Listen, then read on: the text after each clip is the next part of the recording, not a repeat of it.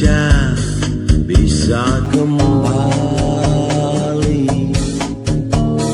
ke masa-masa yang dulu lagi, di mana kita pernah saling bahagia, cinta dan kasih yang dulu suci.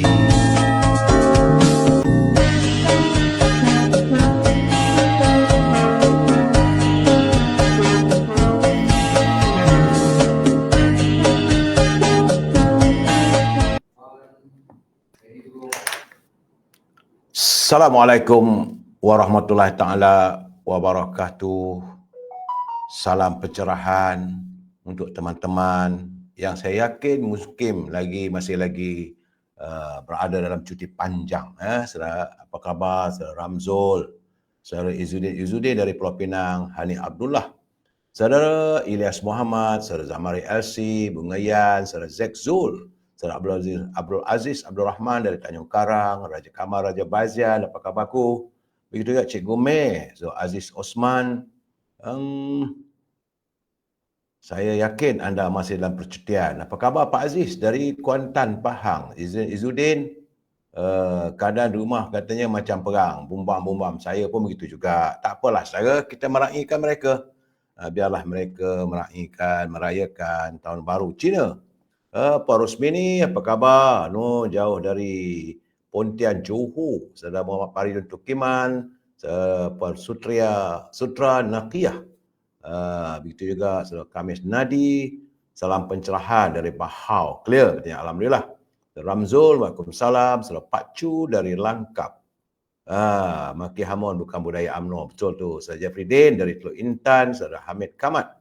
Begitu juga saudara Marikan Ketam, apa khabar? Saudara Kamisan Dahlan, saudara Mat Rafi'i Ahmad. Salam Madani, semoga sihat semua dari Alam Impian Shah Alam. Saudara Syed Abdul Hakim Jaafar, terima kasih saban hari menemani saya dari Singapura. Saudara Saleh Lembang, saudara Marzuki Saad dari Changlun, Kedah. Puan Umi Kalsum, Muhammad Asidir dari Kuantan. Saudara Alimin, Puan Fatimah Osman. Begitu juga Fairuzani, Nikola Sultan, saudara Shan Yiking, Puan Halimah Ismail. Apa khabar anda semua? Saya sentiasa mendoakan agar anda berbahagia. Saudara Marabiah Abdullah dan teman-teman yang tak sempat saya santuni, saya mohon maaf. InsyaAllah saya akan santuni usai pencerahan. Saudara, hari ini hari Ahad tanggal 11 Februari, saya yakin anda mungkin yang mana balik kampung mungkin masih berada di kampung lagi. Kerana besok masih lagi cuti umum, sempena Tahun Baru Cina. Ya, saudara Abu Nem, saudara Syed Abdul Hakim, dia ucapkan salam Malaysia untuk semua. Begitu juga Cikgu KF Yap, selamat malam. Saudara Abu Samah dari Bukit Puchong 2, saudara Pak Long UPC, saudara Hayuti. Hari ini Ahad 11 Februari tanggal 2024, saudara.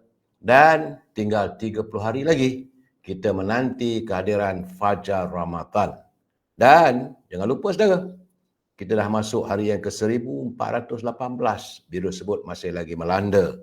Jadi kalau teman-teman menghadiri upacara majlis, rumah terbuka dan sebagainya, pastikan anda melakukan penjarakan sosial. Saudara Abu Nem, Naqiyuddin Ibrahim, saudara Mazlan, Naklan, saudara Azrul Jalil, saudara Abu Nem, Ion Skyrock, saudara Ramli Karim, daripada Keluang. Tok Yip, apa khabar? Sebelah Hamid dari Kuantan, Pahang.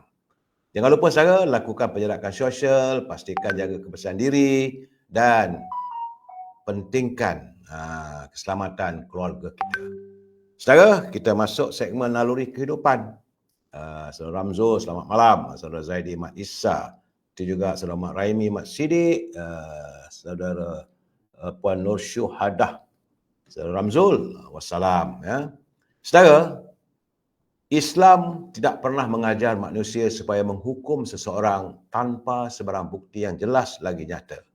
Apa yang ada dalam hati, fikiran dan akal seseorang tidak mampu kita nilai dengan mudah. Semua itu adalah sebahagian daripada perkara gaib yang hanya diketahui oleh Allah SWT. Bagaimana untuk kita kenali mana satu yang baik atau mana satu yang jahat. Bagaimana pula kita kenali mana satu mukmin dan mana satu pula yang munafik. Kerana kita tidak dapat menyingkap dengan mudah kecuali selepas dikemukakan segala bukti dan hujah tentangnya. Tanya diri sendiri, mengapa Allah SWT menyembunyikan kesemua itu daripada kita dan tiada tanda-tanda tentangnya yang mampu dilihat oleh mata kasar. Jawapannya mudah saya, supaya manusia tidak mudah menghukum orang lain. Itu yang paling penting.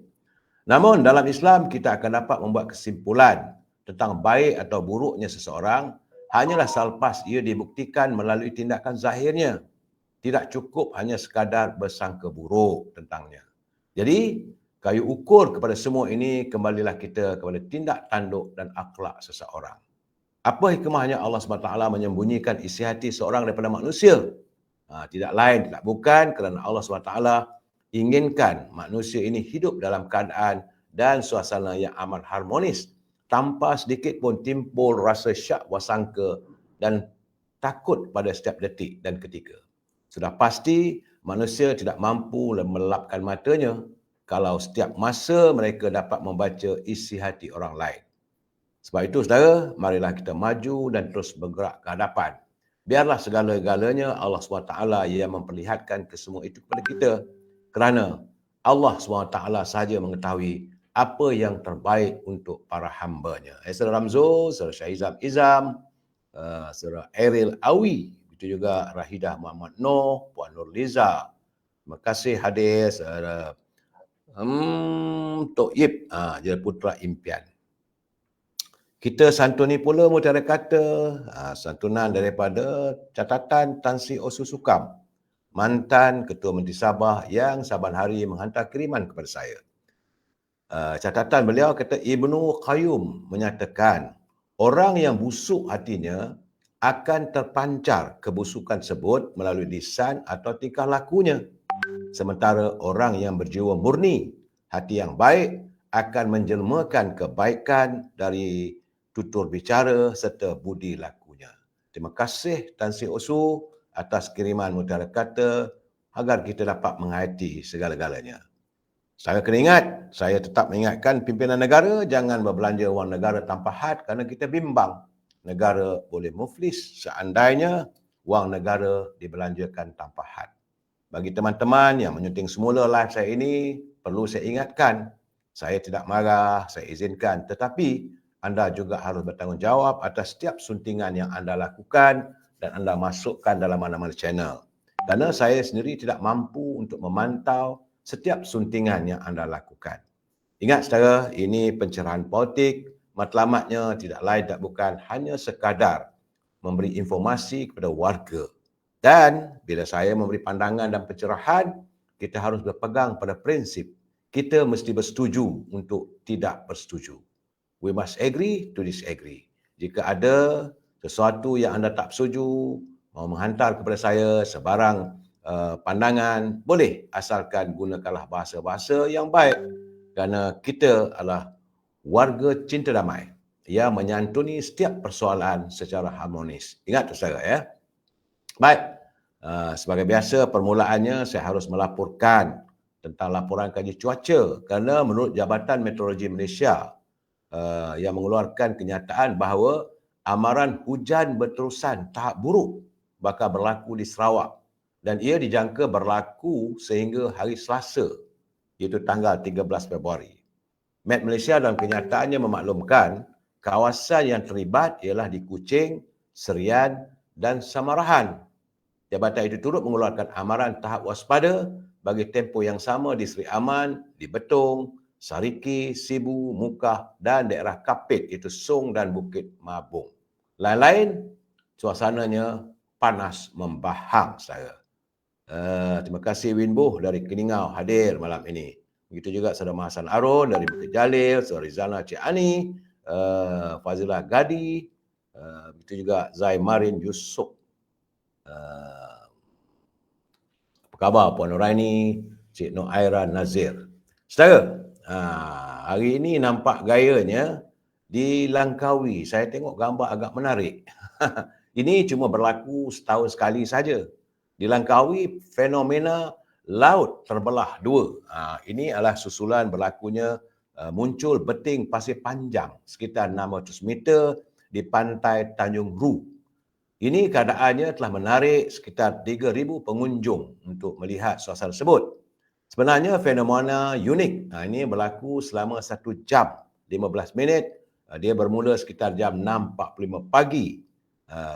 Dan ia muncul cuma setahun sekali selepas air laut di kawasan itu dilaporkan surut sehingga 0.1 meter.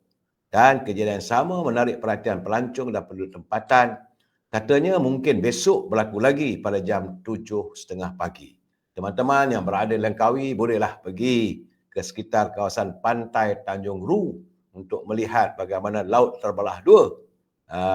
Mengulas perkara tersebut, menurut Datuk Aslina selaku Ketua Pegawai Eksekutif Lembaga Pembangunan Langkawi, Datuk Aslina Abdul Hamid bersama dengan Pegawai Daerah Langkawi, Saudara Muhammad Subhi Abdullah, yang mengulas perkara tersebut mengatakan bahawa keunikan fenomena yang jarang berlaku dan menarik perhatian ramai itu mula diketengahkan sebagai produk pelancongan di Pulau Lajidah itu sejak 4 tahun lalu. Dan anggarannya sekitar 3,000 orang boleh melihat. Kalau tidak, pelari biasa, lautnya dalam, airnya dalam, tak boleh nak menyeberang dan sebagainya. Tapi bila fenomena ini berlaku, bolehlah 100-600 meter saudara panjangnya daratan atau dataran. Tapi hati-hati, bila 7.30 pukul 8 pagi, kembalilah ke tanah asal kerana mungkin air pasang balik. Itu keadaannya saudara. Baik saudara, kita bicara politik di luar negara, saya difahamkan bahawa parti-parti politik di Pakistan masih belum dapat membentuk kerajaan. Itu berbeza dengan negara kita saudara. Kita lepas minggu saja terus boleh membentuk kerajaan. Sama ada parti-parti yang bertanding itu tidak boleh membentuk kerajaan tapi dicantumkan menjadi parti perpaduan. Kerana daripada Islamabad saudara, berikutan tiada pemenangan yang jelas walaupun pengiraan undi pilihan raya Pakistan sejak Khamis lalu telah selesai. Tapi parti-parti politik sudah pun memulakan usaha untuk membentuk kerajaan campuran. Bekas menteri selama 3 kali, Nawaz Sharif, dia bercakap pada penyokongnya di Lahore. Dia mendakwa partinya memenangi kebanyakan kursi dan mahu membentuk kerajaan perpaduan dan menghubungi parti-parti sekutunya. Untuk itu, adik lelakinya yang juga bekas Perdana Menteri Shehbaz Sharif telah pun mengadakan pertemuan dengan Parti Rakyat Pakistan dan bekas Presiden Asif Zardari untuk membincangkan perkembangannya. Keputusan setakat ini 251 daripada 266 kursi yang telah diumumkan dalam Dewan Negara menunjukkan calon bebas yang disokong oleh Pakistan Tehreek-e-Insaf mendahului dengan 99 kursi dan ini diikuti oleh Liga Muslim Pakistan Nawaz dengan 71 kursi. Parti PPP 54 dan MQM 17. Sesebuah parti memerlukan sekurang-kurangnya 169 kursi di Dewan Rakyat di mana terdapat 336 anggota untuk membentuk kerajaan dengan majoriti mudah. Tak dapat 169 kursi, maka tergantunglah parlimen di Pakistan. Sementara itu, bekas Perdana Menteri Imran Khan yang kini sedang menjalani hukuman penjara turut mendakwa bahawa partinya menang majoriti 2/3 menerusi ucapan yang menggunakan kecerdasan buatan AI. Menurut jurucakap PTI, Rauf Hassan, mereka akan membentuk kerajaan persekutuan serta kerajaan di wilayah Punjab dan Khyber Pakhtunkhwa. Keputusan sementara bagaimanapun menunjukkan calon-calon yang disokong oleh PTI mungkin tidak dapat membentuk kerajaan secara bersendirian kerana berikutan parti itu hilang haknya ke atas kerusi simpanan sekaligus meningkatkan peluang mana-mana parti untuk memperoleh angka ajaib untuk penguasaan politik di negara Pakistan. Calon-calon pimpinan parti, pemimpin pembangkang yang dipenjarakan itu Saudara Imran Khan merancang untuk membentuk kerajaan. Katanya semalam tapi masih belum lagi sebab itu kabarnya ada rapat umum diadakan di hadapan parlimen di Pakistan kerana menuntut. Kabarnya pengumuman untuk keseluruhan kursi-kursi yang bertandingkan masih belum dapat diumumkan. Saya menjangkakan kalau tak kena gaya berlaku huru-hara di Pakistan. Ini kesan daripada apabila rakyat masih lagi sayang pada Imran Khan. Sebab itu partinya dapat 99 kursi berbanding dengan Nawaz Sharif. Bagaimanapun kita tunggulah saudara. Apa yang akan berlaku sehari dua lagi. Mudah-mudahan tiadalah perbalahan yang bukan-bukan berlaku di Pakistan. Sebab Pakistan itu adalah saudara kita juga yang beragama Islam, saudara. Dari Jakarta pula, saudara, nampak gayanya pesta demokrasi ketiga terbesar di dunia mula membuka tirainya hari ini apabila proses undi awal pilihan raya umum 2024 yang merupakan demokrasi ketiga terbesar di dunia berlangsung di Malaysia. Dia tak berlaku di Jakarta, saudara. Dia berlaku di Kuala Lumpur. Kerana dianggarkan daripada pagi tadi, saudara, berduyun-duyunlah warga Indonesia pergi ke PWTC untuk mengundi calon presidennya. Anggarannya adalah 832,420 rakyat Indonesia yang menetap di negara ini dan berdaftar sebagai pemilih akan menunaikan tanggungjawab mereka di 6 pusat pengundian.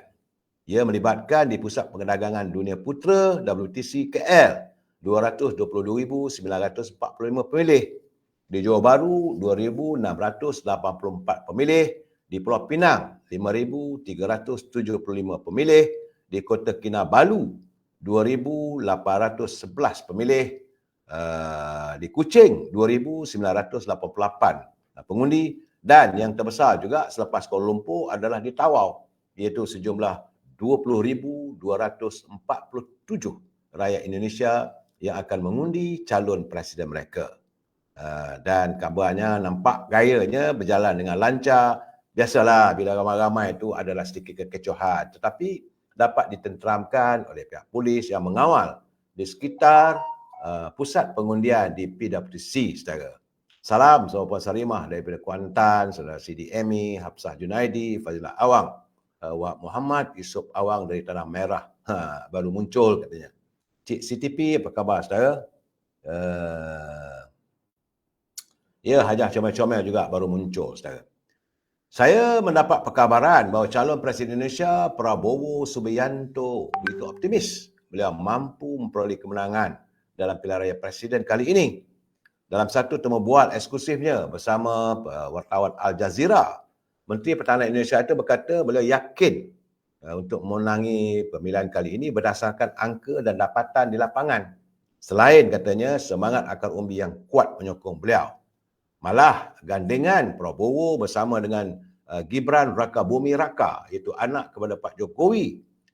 Mereka begitu yakin pemilihan kali ini akan berakhir dengan hanya satu pusingan. Kenapa sebutkan satu pusingan? Ini disebabkan kalau mana-mana calon tak dapat 50% undi, maka terpaksa diadakan pusingan kedua. Tapi menurut pada Pak Prabowo Subianto, beliau yakin akan peroleh lebih daripada 50%.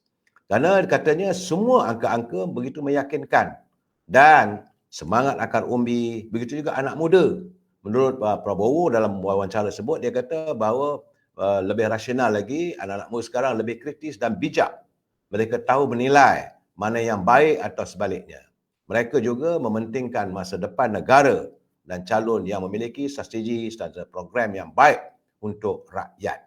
Memanglah undi anak muda ini, saudara, kalau mereka benar-benar insaf dan memahami bahawa undi mereka itu begitu bernilai, pastilah mereka akan memilih calon-calon atau parti-parti yang diyakini boleh membawa negara ke hadapan dengan kemakmurannya.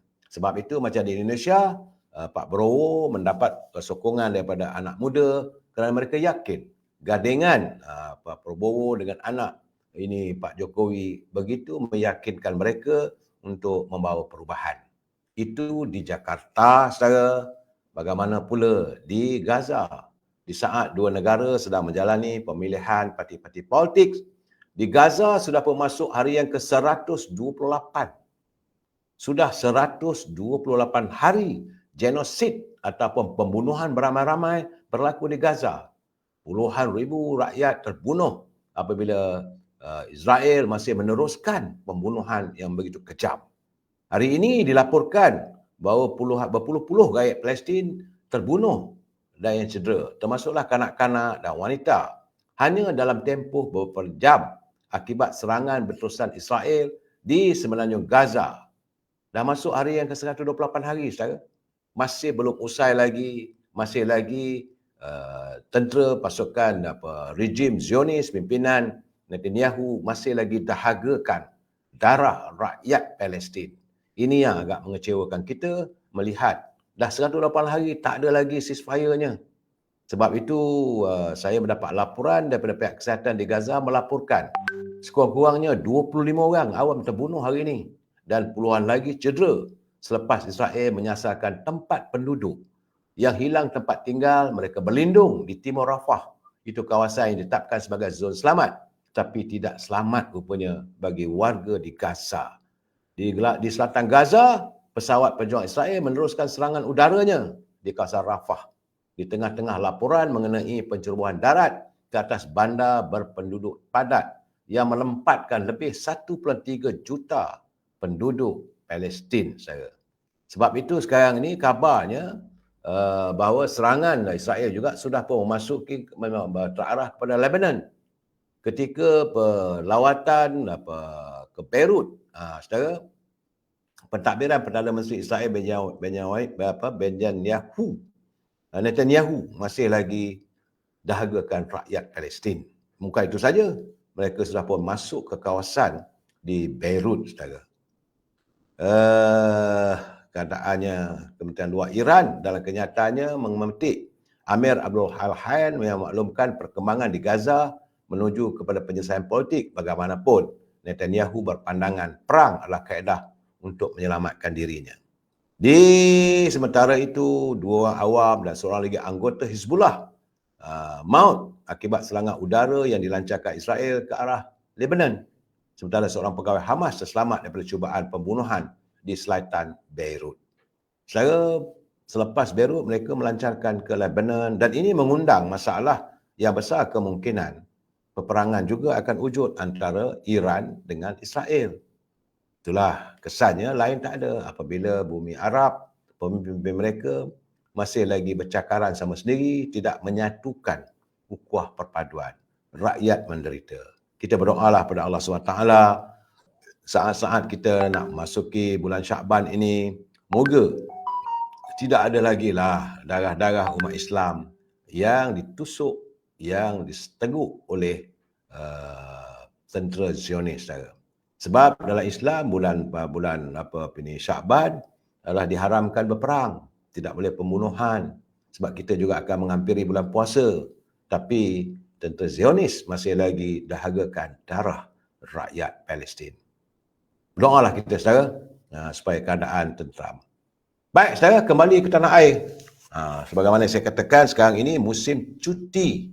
Jadi bila musim cuti, ramai yang balik ke kawasan kampung, ke desa untuk berehat seketika. Kerana perayaan Tahun Baru Cina ini adalah cuti panjang. Dan saya mendapat laporan bahawa sejumlah 4,764 kemalangan jalan raya direkodkan di seluruh negara hanya dalam tempoh 3 hari dalam ops selamat sempena Tahun Baru Cina bermula hari Khamis yang lalu. Menurut Pengarah Jabatan Siasatan dan Penguatkuasa Trafik Bukit Aman, Datuk Muhammad Azman Ahmad Sapri, kemalangan itu membabitkan sejumlah 5,891 kenderaan. Dan dari jumlah itu sebanyak 44 kes kemalangan maut telah direkodkan dengan 46 kematian. Selain itu, seramai 32 atau 69% daripada keseluruhan kes kematian itu melibatkan penunggang dan pembonceng motosikal. Kata Datuk Muhammad Azman, berdasarkan rekod yang dikeluarkan oleh pihak konsesi lebuh raya, mendapati lebih 6 juta kenderaan telah pun menggunakan 2 lebuh raya utama sepanjang tempoh yang sama sempena cuti umum ini. Dan keseluruhan kenderaan yang menggunakan lebuh raya utara selatan menuju ke utara dan selatan serta timur sebanyak 5.78 juta kenderaan. Jadi puratanya 1.92 juta kenderaan dalam satu masa. Dan sebanyak 886,106 kenderaan didapati menggunakan lebuh raya ke arah pantai timur dengan purata 290,369 kenderaan dalam satu-satu masa. Jadi pada teman-teman yang memandu, sama ada yang nak balik-balik tempat kerja besok, saya mintalah, saya mohon agar memandulah secara berhemah dan berhati-hati. Ingat, jangan sampailah perayaan ini meragut nyawa keluarga kita, saudara.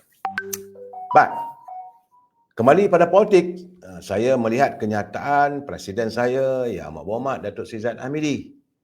Saat orang merayakan Tahun Baru Cina, beliau pun ada juga melakukan lawatan, bertemu dengan keluarga angkatnya di Hutan Melintang dalam kawasan pilihan raya Bagan Datuk. Jadi dalam keadaan begitu, sebagai respon kepada apa yang berlaku di tanah air kita tentang isu Mahkamah Syariah, Datuk Seri Zahid Hamidi menyatakan bahawa keputusan Mahkamah Persekutuan yang membatalkan 16 peruntukan kesalahan di bawah enactment Kanun Jenayah Syariah di Kelantan tidaklah perlu dipolitikkan. Menurutnya, keputusan dibuat oleh Mahkamah Persekutuan itu berkait dengan peruntukan perundangan yang diluluskan oleh Dewan Undangan Negeri Kelantan dan bukan berkenaan Mahkamah Syariah. Jadi beliau katanya bersetuju sekiranya perbincangan antara ahli parlimen yang beragama Islam perlu diadakan. Ini bagi memperkasakan undang-undang syariah dengan syarat pihak yang terlibat tidak mempolitikkan isu ini. Soal perbincangan boleh diadakan, tapi kita mesti menelaah tentang soal penentuan fikrah dan tidak menjadikan politik sebagai garis utama atau sudah kata orang sudah terlantuk baru tergatah. Jadi katanya sebagai mengulas kenyataan Timbalan Putrajaya 2 PAS Kelantan, Datuk Muhammad Aman Nik Abdullah yang mengajak semua pihak, terutama ahli parlimen beragama Islam, bergabung, berbincang mengenai memperkasakan undang-undang syariah. Kata Datuk Seri Zahid Hamidi tak ada masalah. Itulah yang sepatutnya dilakukan. Bukan hanya melontarkan kenyataan yang akhirnya memecah belahkan warga. Sepatutnya apa yang berlaku kena difahami isunya. Bukan sekadar bercakap sedap mulut, saudara. Begitu juga bagaimana beliau menyantuni tentang kononnya. Ini dalam isu perkampungan Melayu nak dijadikan perkampungan Cina yang dijadikan bahawa tempat ataupun sejarah dalam bawah UNESCO. Jadi selaku Presiden UMNO, Datuk Seri Ahmad Zahid berkata, beliau tidak pernah dihubungi oleh Menteri Perumahan dan Kerajaan Tempatan dengan komen untuk berbincang mengenai isu pencalonan Kampung Baru Cina di Selangor sebagai tapak warisan UNESCO. Jadi selaku Timbalan Perdana Menteri katanya beliau juga tidak tahu menahu siapakah pemimpin UMNO yang didakwa sudah dihubungi oleh Komeng. Jadi Komeng tidak pernah menghubungi saya. Mungkin pemimpin lain saya tak tahulah katanya. Itu kenyataan beliau sempena sambutan Tahun Baru Cina di Bagan Datuk. Selaku Presiden UMNO yang dipimpinnya, beliau menyatakan bahawa UMNO tetap dengan pendirian menolak keras sebarang cadangan daripada naib pengerusi DAP itu sebagaimana kenyataan rasmi yang telah pun dikeluarkan oleh Sesat Agung UMNO, Datuk Dr. Ashraf Wajidi kemarin. Datuk Dr. Ashraf telah pun mengeluarkan kenyataan bagaimana UMNO menolak. Jadi itulah pendirian kami, itulah pendirian rasmi UMNO. Demikian kenyataan Datuk Seri Zahid. Jangan pula orang membuat polemik yang bukan-bukan, saudara. Dan sepatutnya sekarang ini adalah masa untuk kita fokus sebagaimana kenyataan yang awak Perdana Menteri Datuk Seri Anwar Ibrahim bahawa tahun 2024, 2023 menangani derita rakyat. Tapi 2024 ini fokus kerajaan Madani adalah pembangunan ekonomi dan menggalakkan pelaburan untuk mengembalikan status negara kita sebagai sebuah negara yang disegani di peringkat antarabangsa. Selaku Perdana Menteri, beliau mengatakan bagi merealisasikannya, Kabinet telah pun menetapkan beberapa perkara dalam aspek pembangunan ekonomi untuk diberi penekanan dan dilaksanakan tahun ini, termasuk meningkatkan pelaburan dan mengembangkan keupayaan negara dalam semua bidang seperti pendidikan, kesihatan dan kebudayaan. Dengan harapan agar kestabilan politik yang akan tercerna, maka kerajaan Madani yang kukuh mestilah menumpukan kepada pembangunan ekonomi, meningkatkan pelaburan dan mengembangkan keupayaan kita dalam semua bidang. bagi tempoh 2024 ini, Kabinet, kata Datuk Anwar Ibrahim, sangat fokus untuk memastikan semua tumpuan dilaksanakan agar Malaysia kembali bangun sebagai negara yang dihormati dan disegani oleh negara luar. Baik, saudara. Itu sekadar laporan dan sebagainya. Tapi apa yang saya katakan sebagai tajuk bicara kita malam ini. Bicara kita malam ini, bagaimana budaya maki hamun masih lagi berada di persekitaran dunia politik warga bangsa kita. Ini bagi saya amat menyedihkan.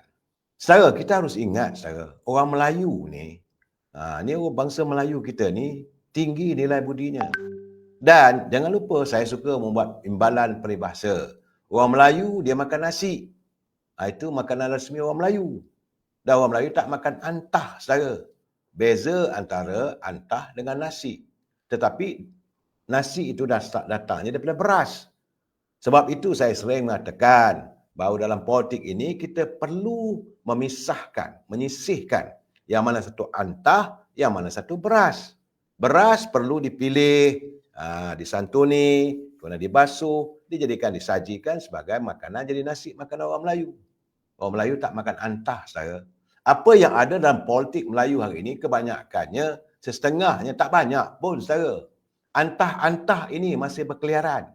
Mereka inilah yang melontarkan pandangan dan kenyataan-kenyataan yang merunsingkan. Macam antah, saudara. Dalam padi, segenggam padi itu adalah 2-3 antah yang perlu diangkat, dibuang. Sebab itu saya mengharapkan agar Menteri Keselamatan Dalam Negeri Yang Berhormat Datuk Seri Saifuddin Nasution dapat melaksanakan tugasnya, dikrinya sebagai menteri untuk segera menyelesaikan persoalan. Ambillah antah-antah yang ada dalam beras ini supaya beras yang nak disajikan pada warga bangsa kita ini bersih daripada antah. Orang Melayu tak makan antah. Sebab itu, unjuran acuan mereka yang menaburkan fitnah dan maki hamun. Sebab saya runsing, saya apa saja pun, hari-hari boleh dilihat dalam media sosial, tak berhenti. Mereka menaburkan kata-kata yang amat menyedihkan dan cacian, hamburan, maki hamun dilontarkan kepada pemimpin Melayu. Pantang ada sikit saja isu, saudara. Pantang ada sikit saja pandangan, terus dimaki hamun. Saya melihat dah lebih daripada 4 tahun dah. Malahan sejak Yang Amat Berhormat Datuk Seri Anwar Ibrahim menjadi Perdana Menteri, itulah permulaannya politik Melayu yang penuh cacat marba, penuh dengan maki hamun. Antah-antah politik ini dilihat subur, seolah-olah macam beras yang suci, sedangkan dia hantah. Antah ini pastinya menghasilkan kehampaan. Kalau kita terperangkap dengan antah-antah politik yang disusuri dengan maki hamun ini, pasti kita akan kecewa. Negara sedang bergerak ke hadapan untuk menyantuni ekonomi negara. Tapi antah-antah politik ini dilihat seolah-olah mahu menghancurkan politik. Saudara, kita boleh berbeza pandangan. Tiada masalah. Kita boleh mengkritik. Tapi jangan sampai menghina. Kita jangan sampai mencaci hingga hilang hormat pada institusi, pada menteri dan juga yang paling penting pada warga UMNO, pada institusi kepresidenan. Semalam saya dah bercakap, jangan pula kita mencaci, maki hamun Presiden UMNO. Sebagai warga UMNO, perlu menghayati institusi presiden ini perlu dipertahankan. Bukan tempatnya untuk melampiaskan amarah, mencaci maki, hamun dan sebagainya. Saya juga melihat, saudara, begitu juga yang saya lihat bahawa nampak gayanya dalam Parti Keadilan juga dah mula terkait apabila adanya warga daripada keadilan yang sudah pun mencerca pimpinan mereka. Kadang ini bukanlah sesuatu yang baik apabila saya mendengar kenyataan 1-2 orang yang mengeluarkan kenyataan-kenyataan, semua tak betul. Sebab itulah secara budaya, maki hamun, londeh-melondeh, perlulah dihentikan untuk kita menyantuni kepimpinan yang ada. Saya bukan berasal untuk menjilat ataupun membodik, tapi saya khawatir kalau ini dibiarkan berterusan, ke arah mana kita nak pergi? Apabila pemimpin kita londehkan segala-galanya, dunia luar melihat Kadang-kadang kita bercakap dalam media sosial. Dalam media sosial ini dilihat oleh seluruh dunia. Sebab dunia tanpa sepadan hari ini. Yang lebih menyedihkan apabila mereka bercakap dalam bahasa Inggeris yang dapat ditonton oleh seluruh dunia. Mungkin kalau bercakap dalam bahasa Melayu ni tak ramai yang mengetahui, hanya sekitar kawasan Asia Pasifik. Tetapi apabila berbicara dalam bahasa Inggeris pula, satu dunia melihat. Dan akhirnya dunia melihat kepimpinan kita, pemimpin-pemimpin Melayu ini penuh dengan kejelekan dan jijik. Saudara, kita kena ingat, saudara, ekonomi dunia dalam keadaan tidak menentu. Jangan dalam keadaan ekonomi dunia tidak menentu, kita menghalakan serangan pada pemimpin kita. Dan rakyat amat memerlukan sentuhan pemimpin untuk lebih prihatin terhadap untung nasib mereka. Tapi kalau pemimpin itu sentiasa bergelut untuk menangani cacian, maki hamun, bila masa dia mau memikirkan? Kalau fikirannya terganggu oleh caci nista. Ini kena ingat. Dunia hari ini merupakan suasana yang cukup haru biru. Di sana sini peperangan, perbalahan. Apa yang berlaku di Rusia, apa berlaku di Palestin. Ini mengheret pada ketidaktentuan dalam ekonomi dunia. Dan di negara kita, saya dah bercakap berulang kali. Sejak Datuk Anwar Ibrahim, dia dah jadi setahun jadi Perdana Menteri. Benar, selama setahun jadi Perdana Menteri, tapi saya dah bagi tahu dulu lagi. Datuk Seri Anwar Ibrahim tidak mempunyai tongkat sakti untuk merubah segalanya dalam tempoh sebulan ataupun setahun. Ekonomi negara dah koyak rabak. Siapa yang melakukan? Puncanya dari mana? Tidak lain tak bukan daripada kita sendiri. Warga bangsa kita sendiri yang mencaci pemimpinnya. Yang sekarang ini budaya maki hamun itu masih berterusan. Dan ini tidak sihat untuk ekonomi kita. Secara saya khawatir. Sebab itu malam ini saya memilih topik bagaimana kita perlu hentikan cacian, maki hamun terhadap pemimpin. Berikan mereka sedikit ketenangan untuk melihat dan memikirkan bagaimana acuan adunan ekonomi negara ini mau dilakukan. Dan memang saya tahu ramai orang bersungut hantar kiriman pada saya. Sekarang ini tidak ada punya kontrak-kontrak besar yang nilai ratusan juta. Itu memang pun apa yang diunjurkan oleh Datuk Anwar Ibrahim. Dia kata zaman untuk tahun 2024 ini tidak akan ada projek-projek nilaian 2-3 juta. Kerana beliau lebih mahu memastikan ekonomi ini dibangunkan dengan secara realiti. Bukan hanya igawan. Bina bangunan katanya bangunan mega, dah tak ada dah.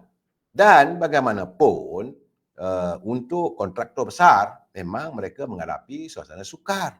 Saudara. Tapi kena ingat saudara, semua ini berlaku kenapa? Kerana sejak negara dipimpin, sejak apabila UMNO Barisan Nasional tumbang. Kita ditumbangkan tahun 2018 sehingga saat ini. Dan dalam tempoh 2018, 2019, 2021 dan 2022. 5 tahun lamanya saudara. Negara yang waktu ditinggalkan oleh Sri Najib dengan wang hutang sejumlah 600 bilion meningkat kepada 1.5 triliun. Macam mana nak ditangani persoalan ekonomi ini? Saya dah bagi tahu. Datuk Seri Anwar Ibrahim tidak mempunyai tongkat sakti. Dan warga UMNO juga harus memberi sokongan sepenuhnya pada Presiden supaya dapat diwujudkan, apapun dapat dijelmakan rancangan-rancangan baru. Kerana beliau, Presiden UMNO sekarang ini menjadi Menteri untuk Pembangunan Luar Bandar. Supaya warga kita, khususnya orang Melayu. Dan dalam pada 29 bulan nanti kita akan menganjurkan Kongres Ekonomi yang akan membicarakan, yang akan membincangkan tentang bagaimana masa depan, hala cara, ataupun tuju arah kita untuk memperbaiki ekonomi negara, saudara. Dan jangan lupa, saudara, banyak orang bertanya dengan saya, apakah punca segala ini. Bagi saya mudah saja. Ini adalah kesan daripada selama 3 bulan. Selama 3 bulan, negara berada dalam keadaan yang cukup menderita. Nak bekerja tak boleh. PKP, Perintah Kawalan Pergerakan, perintah darurat, Saat itu pula kantong negara dirobek. Kantong negara diangkut, dipunggah keluar wangnya. Jadi simpanan semakin susut. Dalam keadaan begitu, para peniaga tak dapat meneruskan perniagaan. Para usahawan tidak dapat meneruskan usaha mereka. Rakyat yang bekerja dengan syarikat-syarikat swasta, bukan kerajaan, hilang pekerjaan. Bagi yang mereka bekerja dengan kerajaan, tak ada masalah, gaji berjalan. Tapi syarikat-syarikat swasta bagaikan terhenti. Aliran ekonomi terhenti tiba-tiba. Dan dalam keadaan sekarang nak mula semula macam enjin lah. Enjin diesel nak start enjin tu bukan mudah. Saya ada kawan-kawan saya jumpa dengan saya, macam mana keadaan teruk sekarang. Memanglah teruk. Kerana pimpinan hari ini inherit ataupun mewarisi hutang yang panjang. Sebab itu saya katakan, jangan kita bercakap hanya cerita lain tak ada. Teruk ekonomi teruk. Rakyat susah. Jadi sepatutnya berilah pandangan. Beri cadangan apa yang perlu kita lakukan. Jangan kita mengeluh demi mengeluh. Kalau kita mengeluh sentiasa, Allah SWT pun tak suka. Saya kalau orang jumpa saya mengeluh, lapar. Lapar jawabnya, kebelai lah jawabnya. Saya. Dan sebab itu saya berharap agar menteri-menteri dalam kabinet yang ada hari ini cukup-cukuplah daripada mengundang maki hamun rakyat. Sebelum anda membuat kenyataan yang pelik-pelik macam Ngakomeng. Buat kenyataan begitu, mestilah orang akan marah. Bila kemarahan rakyat dijelmakan, jadi isu politik. Jadi bila masanya kita nak menangani ekonomi? Sepatutnya buat kerja. You sebagai menteri kerajaan tempatan, perumahan dan kerajaan tempatan, fikirkan bagaimana masalah rakyat untuk mendapatkan rumah, untuk melihat suasana kehidupan kawasan perumahan dengan baik, bukan mengeruhkan keadaan. Sekarang ini pun saya ingat pimpinan daripada DAP kena faham. UMNO begitu bergelut untuk meyakinkan kepada warganya supaya kita boleh menerima DAP sebagai sahabat. Tapi kalau disentuh, disinggung sana, disinggung sini, tentulah keadaan ini tidak begitu baik. Saya haraplah agar saudara Anthony Loke dapat menyantuni warganya. Pastikan tidak ada lagi kata-kata yang boleh membuatkan warga bangsa Melayu itu tersinggung mereka. Dan kepada menteri-menteri lain, contohnya macam Menteri Ekonomi, cukup-cukuplah kita membawa formula itu, formula ini. Santuni segera. Ayuh turun ke gelanggang. Lihat kehidupan rakyat bagaimana sukarnya mereka. Kena lihat dengan mata kepala sendiri. Walaupun beliau tidak menjadi Menteri Keterjaminan Makanan, tapi tengok juga di pasar-pasar. Bagaimana rakyat berbelanja. Lihat di pasar malam. Bagaimana rakyat berbelanja wang dari poket yang semakin tipis. Bagaimana caranya untuk menambahkan pendapatan. Polemik berterusan, saudara, tidak menjanjikan rakyat kenyang dalam kelaparan. Saya selalu mengatakan, polemik, politik, perbalahan politik berterusan tidak menjanjikan rakyat untuk merasa kenyang dalam kelaparan. Itu yang paling penting ditangani. Jadi begitu juga tentang rumah sekarang ni, harga meningkat yang bukan-bukan secara melambung-lambung ni.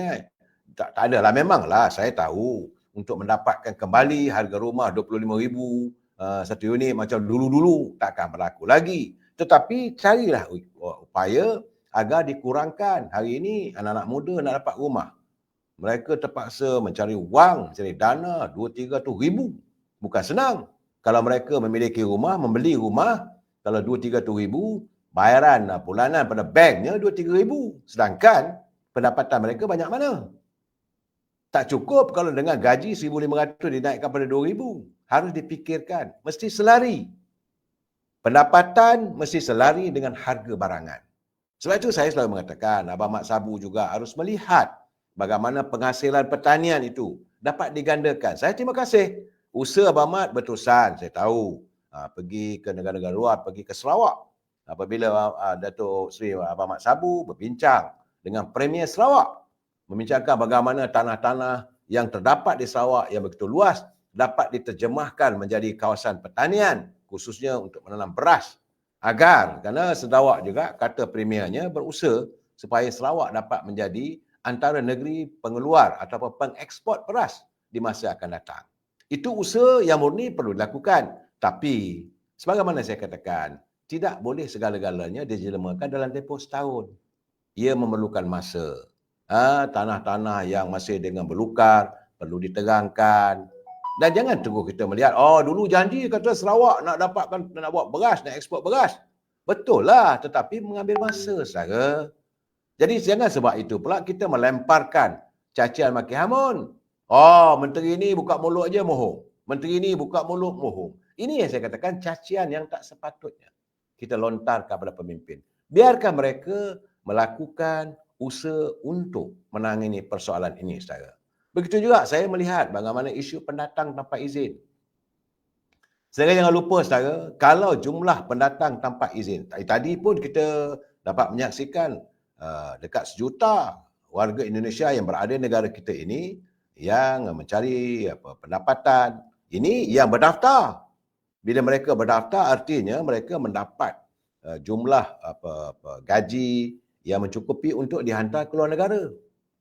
Kalau 1 juta, kalau satu orang tu hantar sebulan pada keluarganya, mereka katakanlah lebih kurang RM500 sebulan. Kalau 1 juta, 500 juta setiap bulan, saudara. Kalau setahun, 6 bilion. Ini bukan jumlah yang kecil.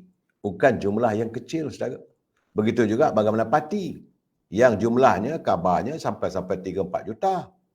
Lihatlah apabila berlaku perayaan Tahun Baru Cina, mereka keluar bagaikan anak-anak yang keluar dari busut. Penuh di Jalan Silang. Penuh berada di Pudu. Begitu juga saya dapat laporan di Terengganu, di Johor, di Pulau Pinang. Ramai.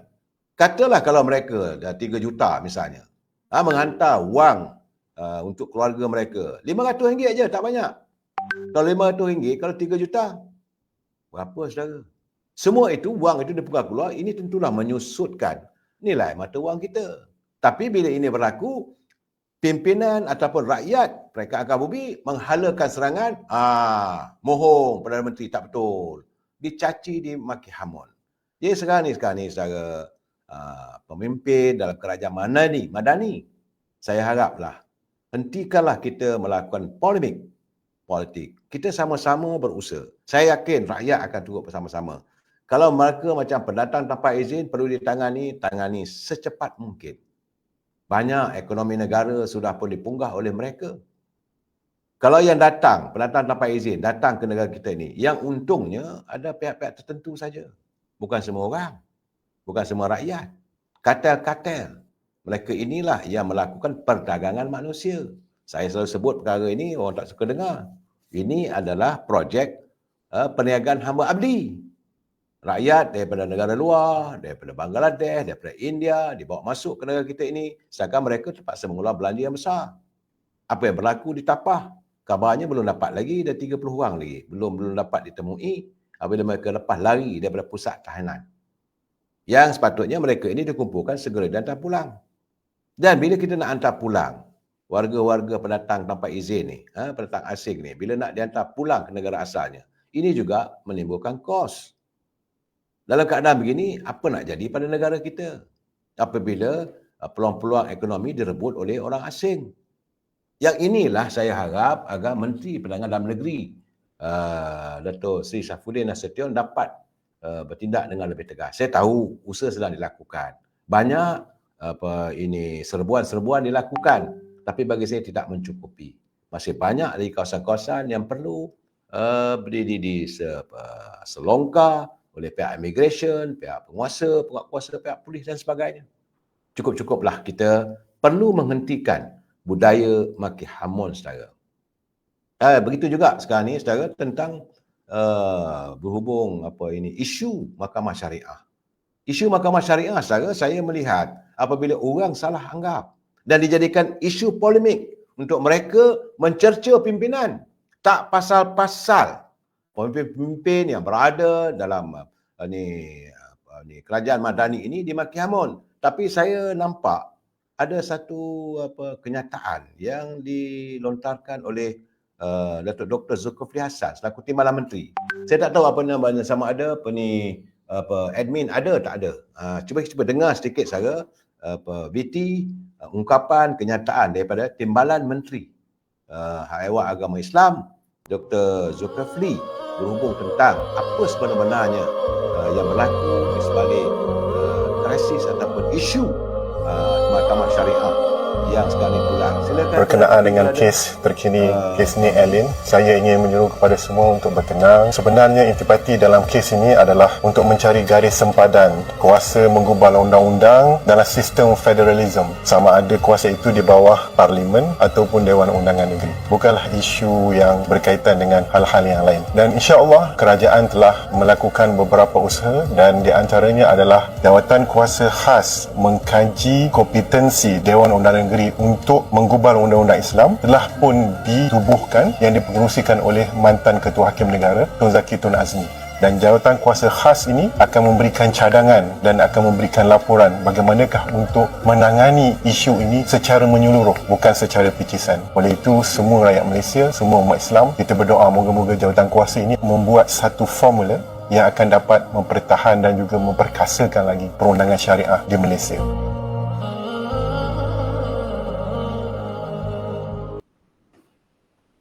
Jelas saudara, bahawa isunya sekarang ni bukan soal isu agama Islam.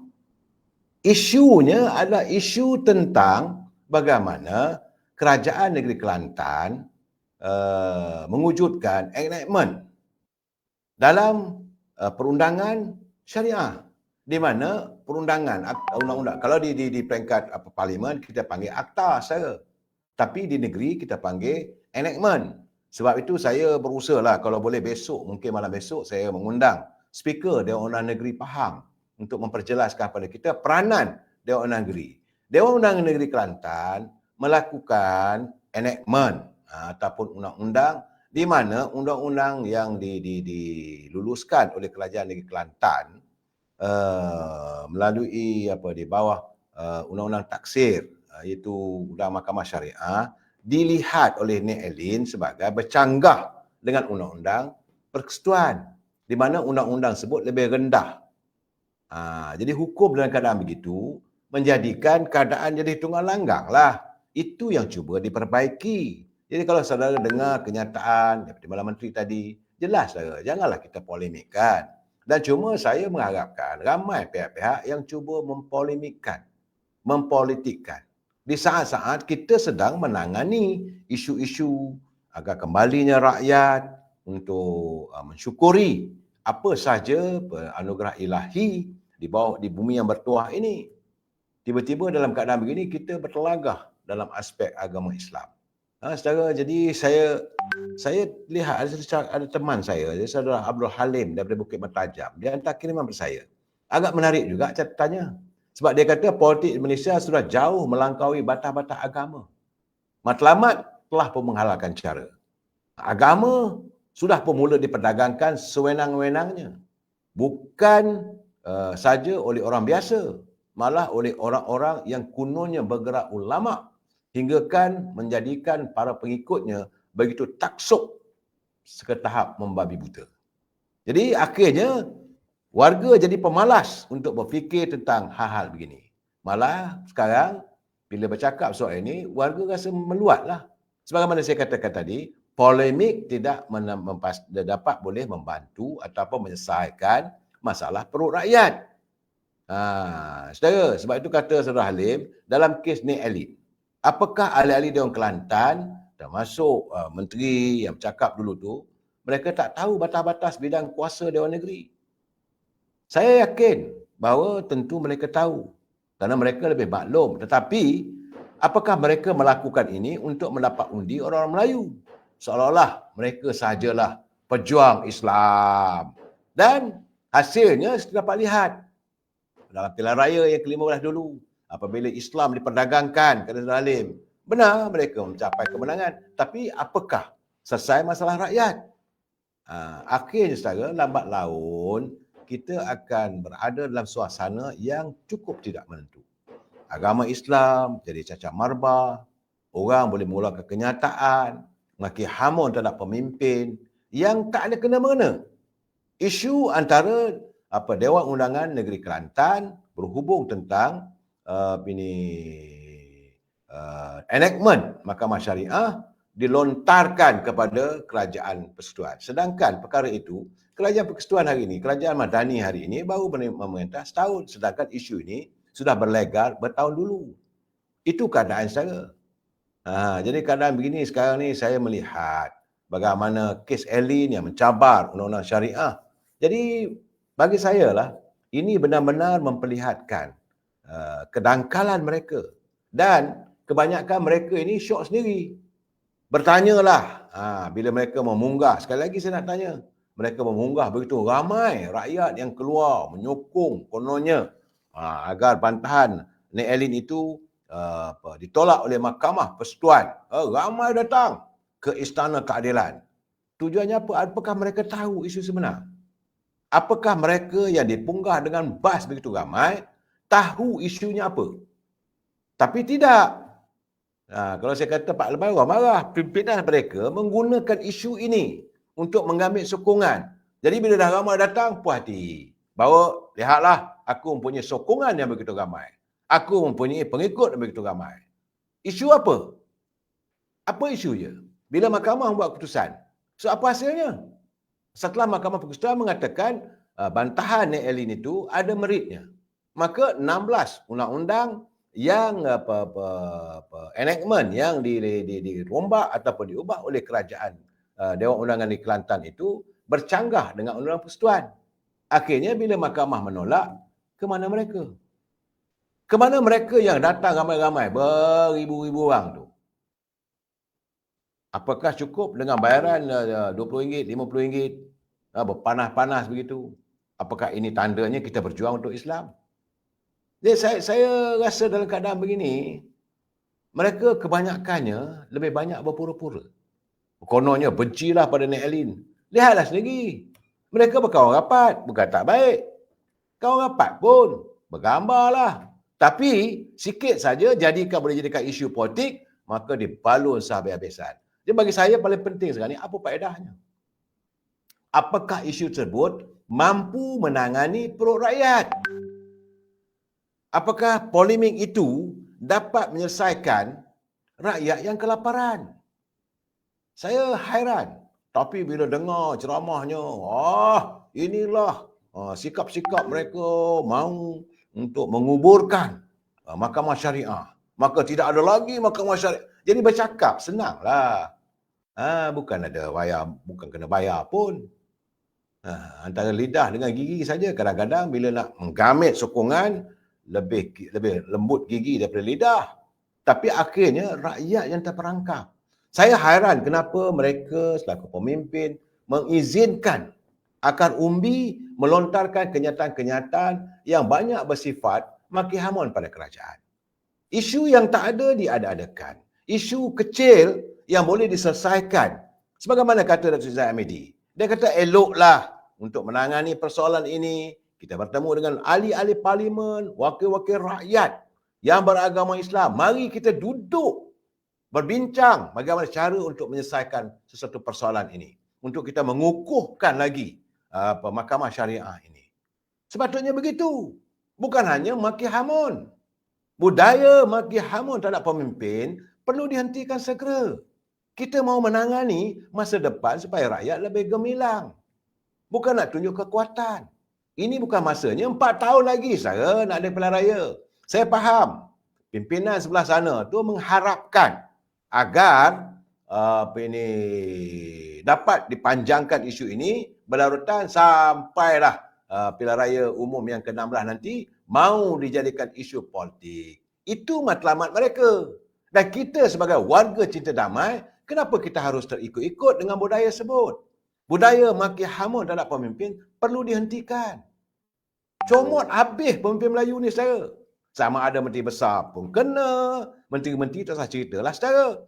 Timbalan Perdana Menteri boleh dikatakan hari-hari. Ada orang mengatakan keadaan begitu, begini dan sebagainya, macam-macam. Dan tadi ada juga teman mengatakan bahawa dalam keadaan sekarang ini, Datuk Seri Najib perlu segera dikeluarkan daripada penjara. Bukan tak ada usaha dilakukan, memang ada usaha dilakukan. Tetapi, apa-apa pun perlulah dilakukan secara penuh dengan tertibnya. Keadaan dah jadi begitu.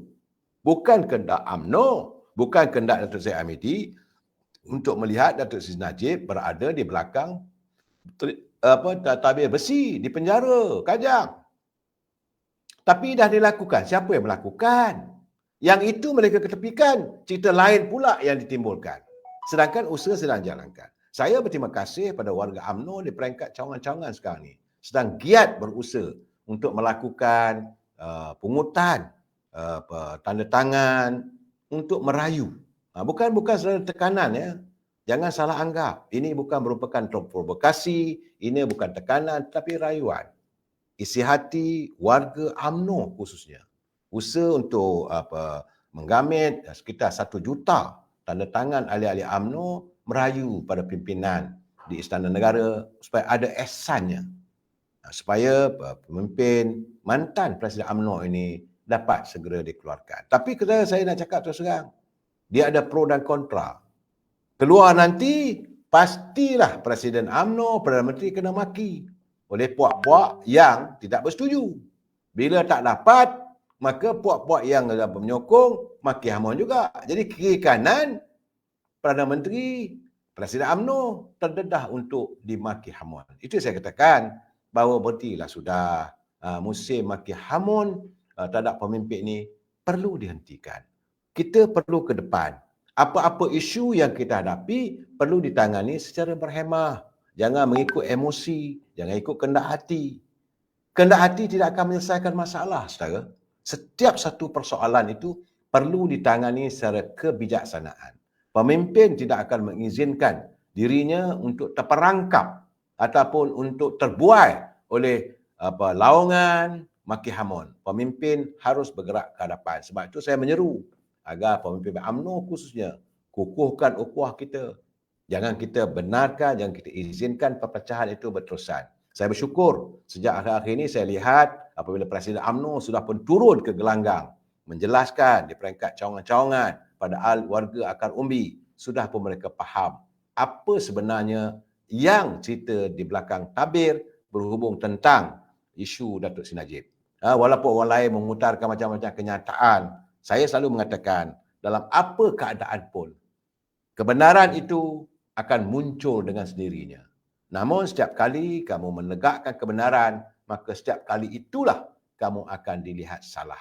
Saudara, kita tahu siapa yang memenjarakan Datuk Najib, jadi tak perlulah kita memuja orang itu. Cukup-cukuplah. Dalam keadaan sekarang, bagi saya, kita meneruskan ukhuwah perpaduan kita, tingkatkan kesatuan, kita adalah warga Cinta Damai. Jumpa lagi malam besok, insya-Allah saya akan mengundang sahabat saya, Datuk Syakar Samsudin selaku speaker Dewan Undangan Negeri Pahang untuk menjelaskan pada kita peranan Dewan Undangan Negeri. Jumpa lagi. Wabillahi taufiq wal hidayah. Assalamualaikum warahmatullahi taala wabarakatuh. Selamat malam. Terima kasih.